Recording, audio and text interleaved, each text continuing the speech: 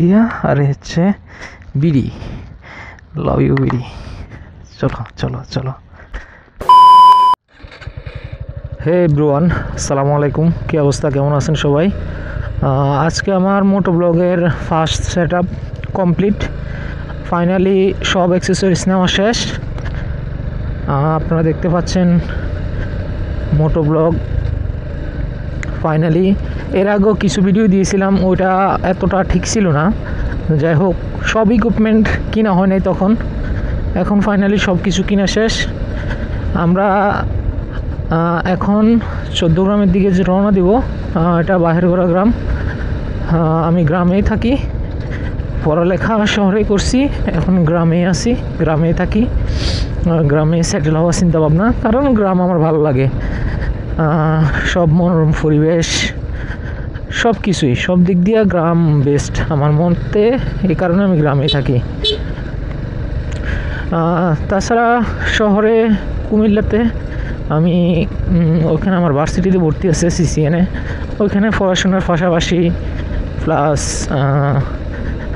শখের বসে করা মোটো ব্লগিং। যাই হোক, এখন আমরা যাইতেছি আমার ফ্রেন্ড সাইফুল, ওরে রিসিভ করব।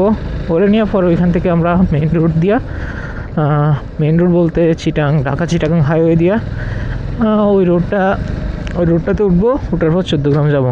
ভিতর দিয়ে যাবো না, মেইন রোড দিয়ে যাব। যদিও আমার কাগজপত্র সবই ঠিক আছে, আশা করি কোনো প্রবলেম হবে না। যদিও ট্রাফিক থাকে। ভাইয়া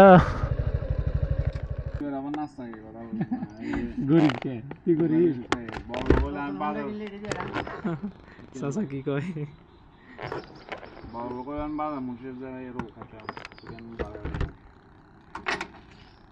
বড় লোককে আমরা দেখতেছি।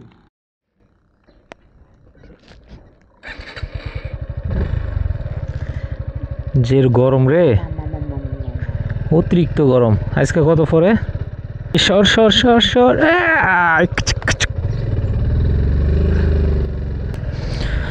যাক, সত্যি গাইজ, বাইক প্রত্যেক ছেলের একটা ড্রিম থাকে, স্বপ্ন।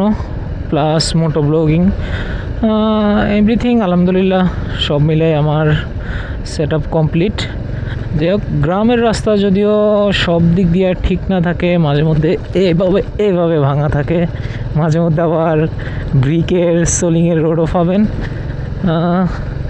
যাই হোক, এখন 14 গ্রাম ওই দিকে যাবো, যাই আপনাদেরকে মোটো ব্লগিংয়ের আমার ফুল সেট আপটা আপনাদেরকে দেখাবো কীভাবে করছি। এই দেখুন সোলিংয়ের রোড কীভাবে কাঁপতেছে, যদিও ক্যামেরাতে বোঝা যাইতেছে না। সুপার স্টেবিলাইজেশন দেওয়া আছে। আর হচ্ছে এই ধানের সিজন, ধান কাটতেছে। গ্রামের এই পরিবেশগুলো অনেক ভালো লাগে। মাঝে মধ্যে রাস্তার চারপাশে ফুলের গাছ, ফলের গাছ, ফুলের গানগুলো ভালো লাগে, বিভিন্ন রকমের ফুলের গান। এই তো কৃষি জমিতে কৃষকরা কাজ করতেছে। যে এই লোক কী করতেছে? বাঁশ, হায়রে বাঁশ। যাই হোক গাইস, এখন কথা হচ্ছে আমরা যে রোডে যাইতেছি এটা ধনুষাড়ার ভিতর দিয়া। যদিও যারা আমার পরিচিত তারা চিনতে পারবেন হয়তো, আর যারা দূরের আছেন তারা চিনবেন না। আশা করি আস্তে আস্তে সবই চিনতে পারবেন, ব্লগিং যেহেতু শুরু করছি। এই রোডগুলো দিয়েই ব্লগিং হইব, অন্য কোথাও জায়গার মানে হইব ঠিক আছে। মাঝে মধ্যে ট্যুর হইব, লং ট্যুর, যেমন কি আমাদের এদিক থেকে সাজেক বলেন, চট্টগ্রাম, হ্যাঁ সবই কাছে আমাদের কাছ থেকে। চট্টগ্রাম গেলে কক্সবাজার, এই আর কি। অনেক সুন্দর একটা বাড়ি। গ্রামের মানুষ কিন্তু গরিব না গাইস, সবাই বড় লোক, কোটিপতি সবাই। হয়তো তারা টাকা দেখায় না, কথা হচ্ছে এটা কষ্ট করে চলে আইল্যান্ড। যাই হোক, এখন আমরা প্রায় কাছাকাছি চলে আসছি মেইন রোডের, ঢাকা চট্টগ্রাম হাইওয়ে।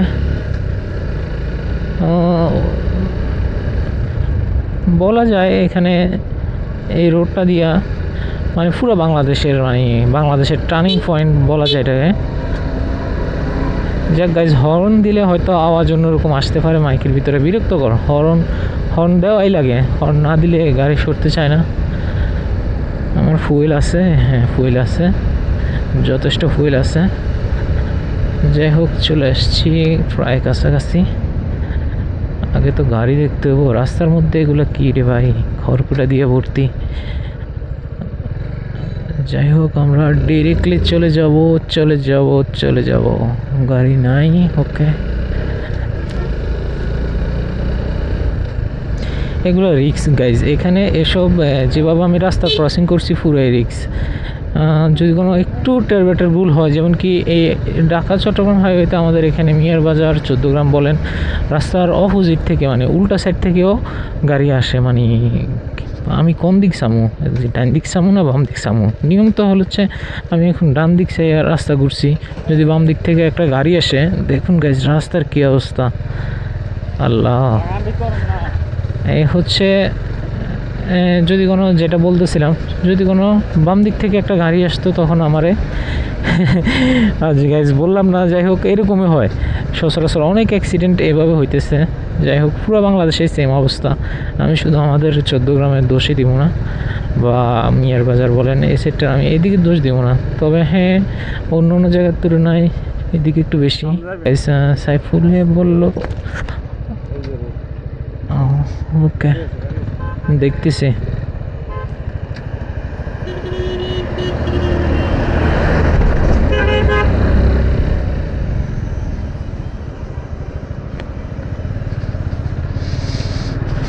গাইজ, এখনও একটা রাস্তা ক্রস করলাম, মেন রোড। এখন হুট করে একটা ডিসিশন চেঞ্জ।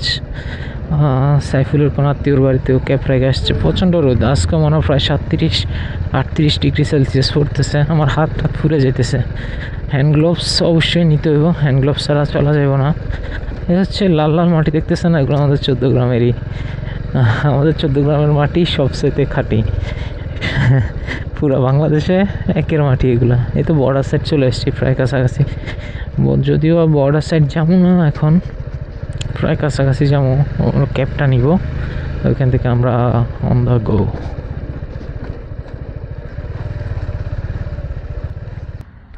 গাইজ, আমরা এই তো সাইফুলের বোনের বাড়িতে আসি, এদিক দিয়ে বর্ডার সাইডে আসছি। যে ভিউটা অস্থির গাইজ, দেখছেন? আমি কী জন্য বলতেছি যে গ্রাম আমার কাছে ভালো লাগে, আপনাদের কাছেও ভালো লাগবো ইনশাল্লাহ। যখন ভালো ভালো ভিডিও দিতে পারবো তখন আরও ভালো লাগবে। Insta360 Pro ক্যামেরাটা অস্থির গাইজ, জাস্ট অসাধারণ। আপনারা দেখতে পাচ্ছেন বাগান, এই বাগানে পুরা দিন সময় কাটলেও একটু খারাপ লাগবে না, পুরা দিন সময় পার করতে পারবো। যে বর্ডারের ফিলারটা দেখতে পাচ্ছেন এই যে দূরে, এখানে ফটোগ্রাফার, যে একটা ফটোশ্যুট করে নিই। ভালোই লাগতেছে গাইস। এই তো তারকাটা, সামনেই তারকাটা। বিএসএফ দেখলে আবার সমস্যাও করতে পারে। ওই যে দূরে দেখা যাইতেছে। এদিকে গাইস মানে লাল ফানি নীল ফানিও না এসে পাওয়া যায়। যাক, যদিও আমি এগুলা খাই না, এগুলোর উদ্দেশ্যে আসিও নাই। আসছি হলো যে আমার বাইক রিভিউ দেওয়ার জন্য, মোটো ব্লগিং। আশা করি এভাবে আপনাদেরকে অনেক সুন্দর সুন্দর ভিউ দেখাতে পারবো ইনশাল্লাহ। আমাদের 14 গ্রামের এই দিকটা অনেক সুন্দর গাইস, অনেক সুন্দর। বাংলাদেশের একটা বিজিবি ক্যাম্প দেখতেছি না, যাও আছে ইন্ডিয়ার তারকাড়া। ওই যে দূরে একটা আছে, ওইদিকে এদিকে একটা আছে। আগেও আসছিলাম অনেক আগে, ছোটো থাকতে এখানে সাইকেল নিয়ে আসতাম, তখন সাইকেল স্ট্যান্ড করতাম, এদিকে আসতাম ঘুরতে ঘুরতে। সাইফুল কই গেল? যাক গাইস, আমরা চলে যাইতেছি, এখানে বেশিক্ষণ থাকবো না, কখন যে বিএসএফরা আবার গুলি হয়ে দেয় বলা তো যায় না। ভিতরে ঢুকছে ইন্ডিয়ার বর্ডারের। যাক, ভিডিও করা নাকি নিষেধ এদিকে, এত করা।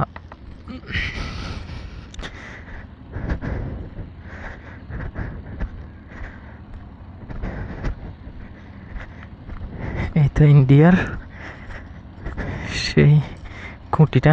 আমি অলরেডি ইন্ডিয়ার ভিতরেই গেছি, আর তারকাটা অবশ্য আর একটু দূরে এটার থেকে। হচ্ছে ইন্ডিয়া, আর হচ্ছে বিডি, লাভ ইউ বিডি। চলো চলো চলো গাইস, প্রচণ্ড রোদ, থাকতে পারতেছি না, চলে যেতেছি। এই হচ্ছে আমার সেই জানেমানটা। কি এগুলো কি বিএসএফ? এই নেবো বুঝছি। যাক গাইস, চলে যেতেছি। হয়তো বিএসএফ হইতে পারে, বিএসএফ থাকলে সমস্যা। এই এই রাজহাঁস, এগুলোর রাজহাঁস কি জন্য নাম দিয়েছে জানি না, এগুলো কানও শোনে না, রাস্তা থেকে সরে না। অনেক রাজহাঁস এরকম বাইকের নিচে পড়ছে। একটাও জরিমানা দিই নাই, সবগুলাই এমনি চলে গেছি মারে দিয়ে। কি করবো গাইজ, এগুলা বাইক যখন স্পিডে থাকে তখন এগুলো এমনিই। এই হ্যাঁ, আমি যাবো কোন দিক দিয়া? কি বিক্রি করে? আয় হায় গাইস, গাইস চাপায়, হ্যাঁ যে গাইস এগুলো পাও, বুঝছেন গাইস। ফাইনালি আমরা 14 গ্রাম স্কুলে যাইতে পারি নাই, ওইখানে রোডটার কাজ চলতেছে ব্রিজের, ওখানে যাইতে পারি নাই। তো পরে 14 গ্রাম হসপিটালে কিছুক্ষণ অপেক্ষা করছি। যাই হোক, আমার এই কিটটা দেখতেছেন এখানে বলে দিতেছে। এখানে আমি মেইন সামনের আমার উল্টো সাইড থেকে যে ভিডিওটা, ওই ভিডিওটা আমি এইভাবে করি গাইজ। একটু পর আপনাদেরকে দেখাবো কীভাবে ওই ভিডিওটা আমি করি ওইখানে। আর আরেকটা হলো যে চিল মাউন্ট দিয়ে, এটা আপনারা দেখেনি সচরাচর। তারপরে আমি একটা ভিডিও ফুটেজ আপনাদেরকে দেখাবো এটা কীভাবে আমি সেট করছি। যাক,